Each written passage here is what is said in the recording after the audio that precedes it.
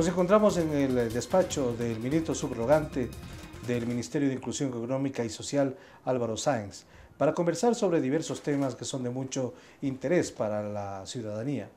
Especialmente uno de los temas que se ha presentado sin duda con un ribete político bastante complejo y con la utilización de niños en una situación bastante desagradable.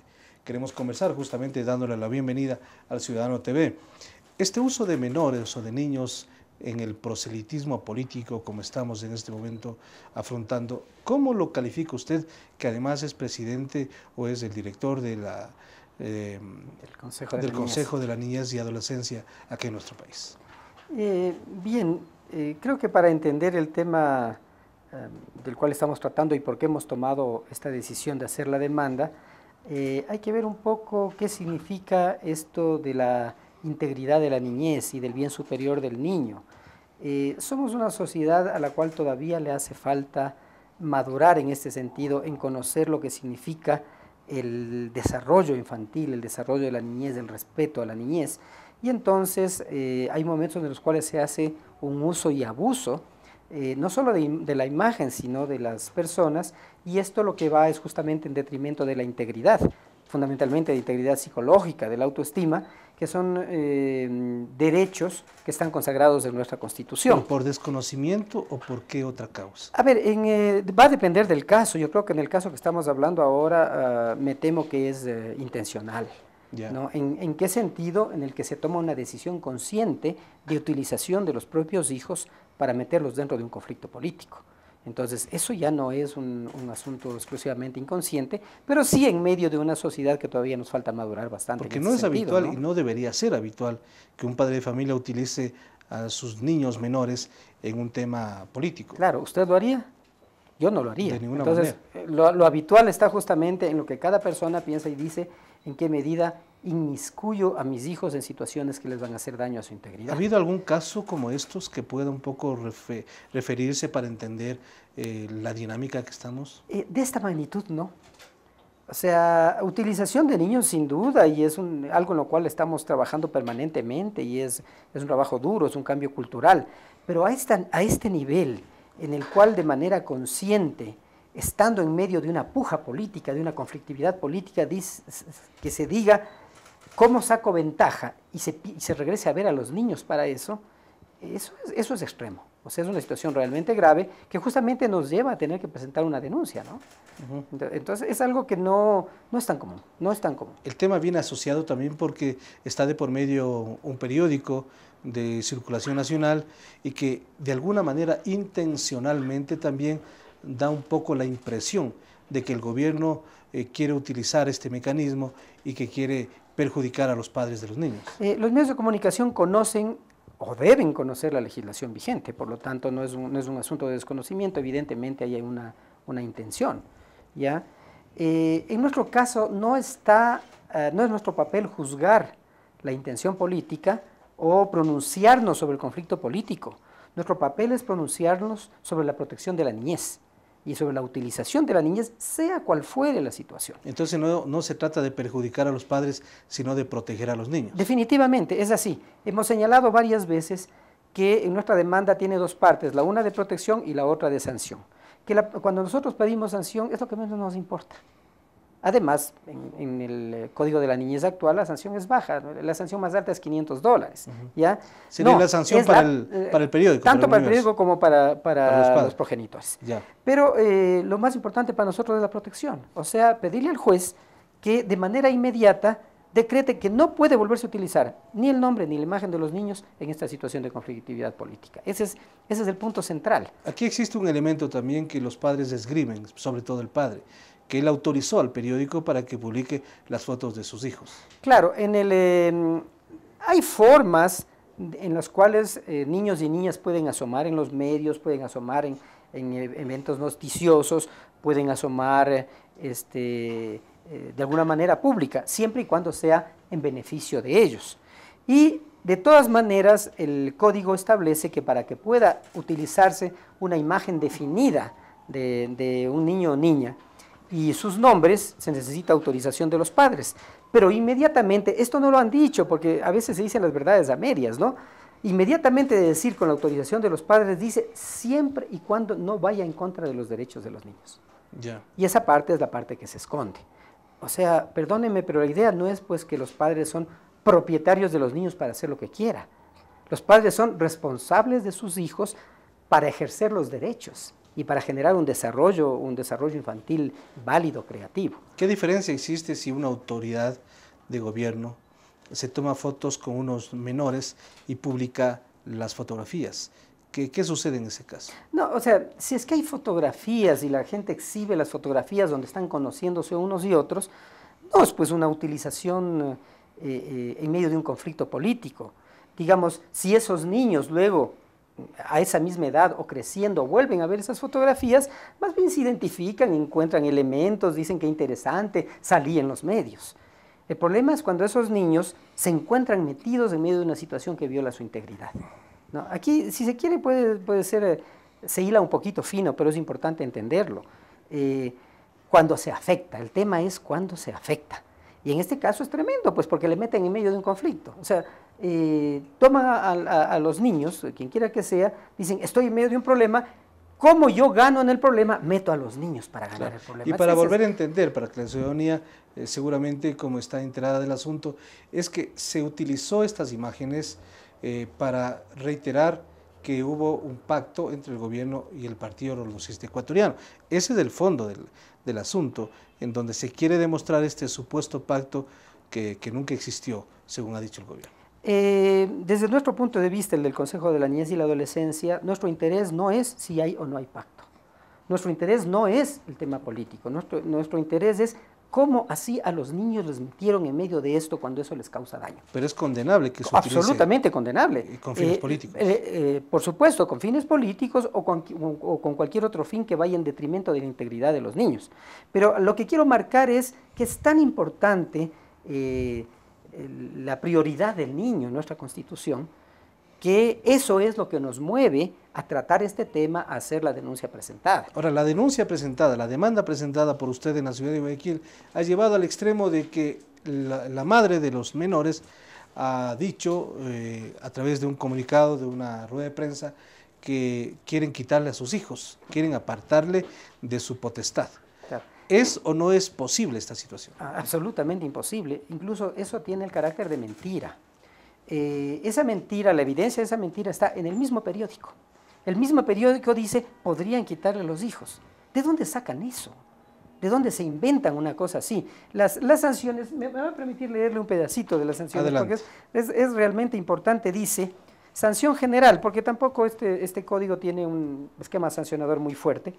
El que de cualquier forma amenace o viole a alguno de los derechos o garantías contemplados en este código y más leyes en favor de un niño, niña o adolescente y cuya conducta de acción o omisión no tenga asignada una sanción especial, será condenado al pago de una multa de $100 a $500 por cada amenaza o violación de estos. Ahí está la sanción.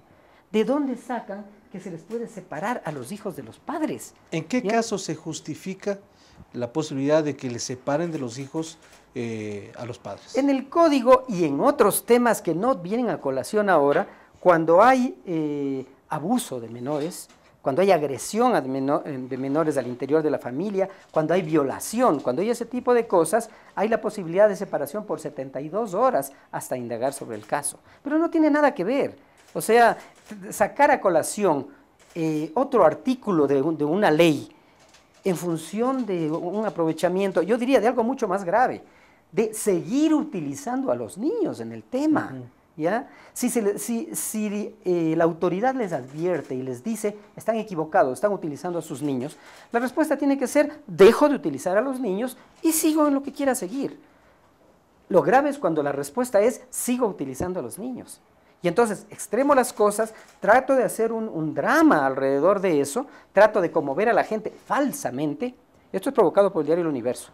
¿Ya? Porque es ahí donde consta, digamos, donde uno puede ver fehacientemente es en ese titular del diario El Universo. Y entonces, ¿qué decimos sobre eso? Siguen actuando sobre el tema. Y entonces cobra mucho más validez lo que nosotros hemos pedido al juez, medidas de protección para esos niños. Que se deje de hablar de esos niños, que se deje de utilizarlos. Eso es lo fundamental, si no, el país no va a cambiar nunca. Entonces, en este momento, incluso se ha anunciado de parte del padre de los niños la posibilidad de llevar este caso a la CIDH, a la Comisión Interamericana de los Derechos Humanos. ¿Cómo mira usted esto? A ver, lamentablemente en nuestro medio pues se anuncia, se amenaza, se dice lo que se va a hacer. Yo creo que las cosas hay que aclararlas.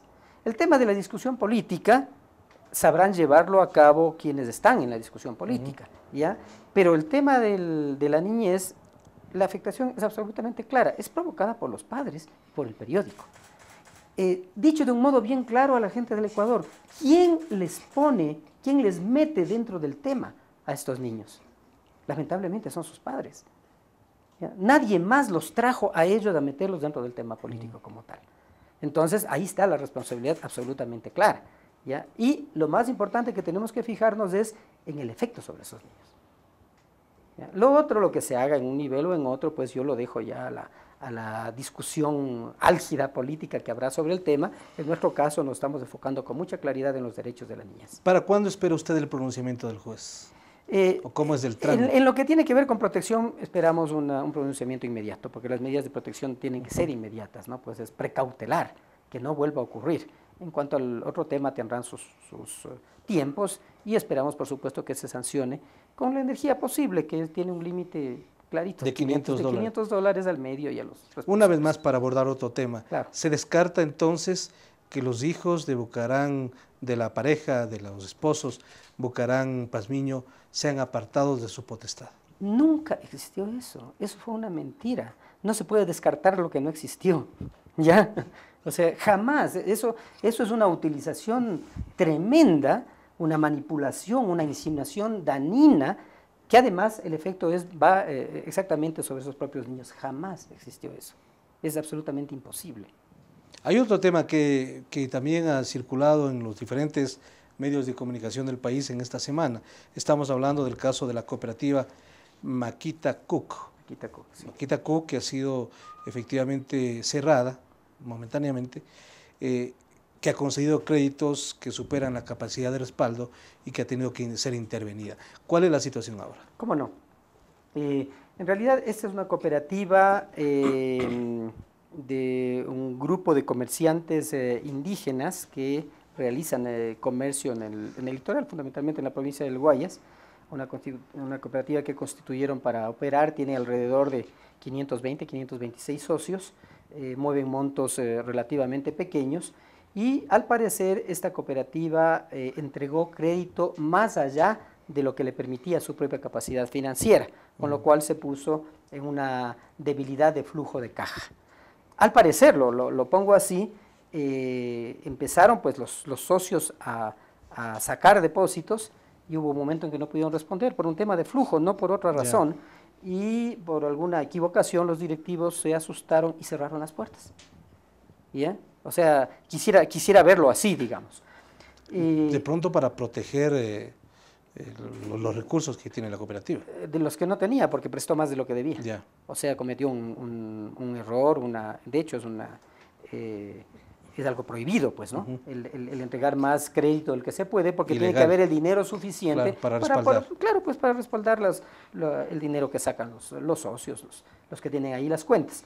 En tal caso es evidentemente un delito el haber cerrado, no se puede cerrar una institución de ese modo, y entonces el MIES, a través del Instituto de Economía Popular y Solidaria, quien en este momento en realidad está entregando de la responsabilidad de cooperativas a la Superintendencia de Economía Popular y Solidaria. O sea, este rato estamos en un momento de transición, por lo tanto estamos actuando al unísono las diversas instituciones del Estado como corresponde. Se tomaron las siguientes medidas. Primero, ir a constatar tanto el haber cerrado las puertas, cuanto si están o no presentes los directivos, y se encontró que no estaban presentes. Entonces, inmediatamente de eso se hizo la denuncia al fiscal correspondiente, que es el fiscal indígena, porque está en ese ámbito, y inmediatamente se nombró una interventora. Entonces, la interventora empieza a actuar justamente el día de hoy y empiezan a buscar soluciones para esta cooperativa. Como les digo, ya analizando el tema financiero, no es un tema financiero que implique necesariamente que tenga que cerrársela. Por ejemplo, una alternativa puede ser... ¿Cuándo se reabre? ¿O de qué depende? Eso va a depender, claro, ya de las indagaciones que hagan, de lo que se ponga en orden, se está buscando a los directivos. se les está pidiendo que asumen además, porque es un asunto que se puede resolver. Una alternativa es que otra cooperativa adquiera la cartera, o sea que se asume, ¿no? Que se adscriban una cooperativa a la otra, que pueda tener la fluidez normal, que recupere su crédito, que se tomen en cuenta los activos y las cosas se solucionen. Pero lo importante es que ahí hubo una ilegalidad y que en este caso el Instituto de Economía Popular y Solidaria intervino inmediatamente y dio la respuesta.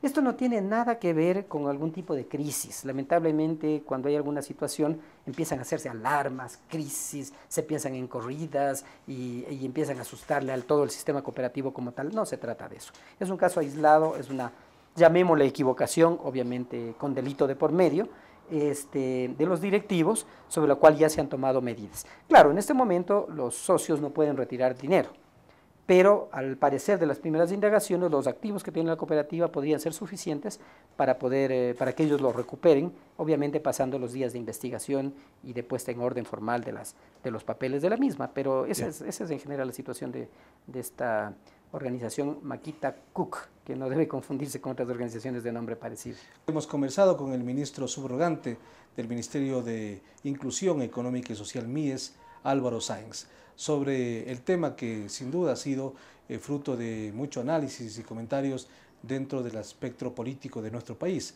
y también sobre esta circunstancia que atraviesa esta cooperativa.